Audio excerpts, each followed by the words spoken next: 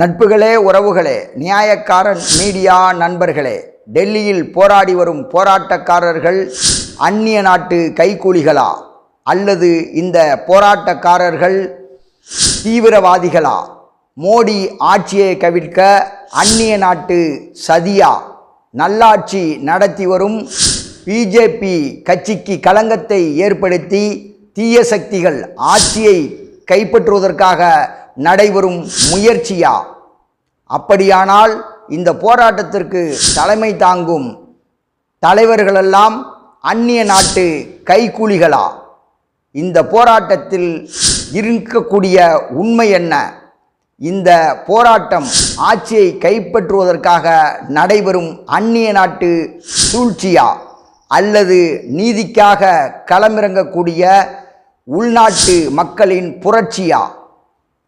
இதையெல்லாம் இந்த செய்தி தொகுப்பில் விரிவாக பார்க்க இருக்கிறோம் நண்பர்களே. நட்புகளே, உறவுகளே, நியாயக்காரன் மீடியா நண்பர்களே, இன்றைக்கி டெல்லியில் மிகப்பெரிய போராட்டம் நடந்துக்கிட்டு இருக்கு. இந்த போராட்டத்தை பொறுத்த வரைக்கும் என்ன, இது அந்நிய நாட்டு சதி. மோடி ஆட்சியை கலைப்பதற்கு அந்நிய நாட்டிலிருந்து பெரும்பகுதி உளவுத்துறையெல்லாம் வேலை செஞ்சு இந்த போராட்டத்தை நடத்துகிறாங்க அப்படின்னு சொல்லி சில குற்றச்சாட்டுகள் வருது.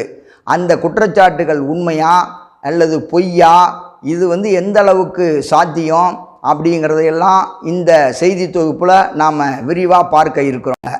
ஆனால் நாம் ஒரு விஷயத்தை அவங்களுக்கு நினைவுபடுத்த வேண்டிய இருக்குது. திடீர்னு இந்த கூட்டம் கூடி இல்லை. ஏன்னா நீதிபதி சூரியகாந்த் என்னைக்கு சுமாராக ஒரு 6 மாதத்துக்கு முன்னாடி சொன்னார், வேலையற்ற இளைஞர்கள் கரப்பாம்பூச்சி மாதிரி ஒட்டிக்கிட்டு இருக்கிறாங்க, அவங்க எல்லாம் வேலை வெட்டி இல்லாமல் ஊர் சுற்றிக்கிட்டு இருக்கிறாங்க அப்படின்னு சொல்லி கேலியும் கிண்டலுமாக பேசினார்.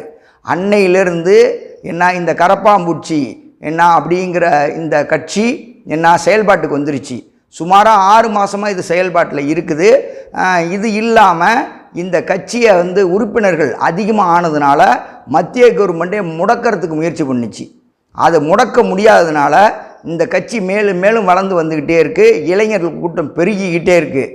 அப்போ திடீர்னு இது போன்ற செய்திகளை தெரிந்து கொள்ள நியாயக்காரன் மீடியா சேனலை சப்ஸ்கிரைப் செய்யவும்.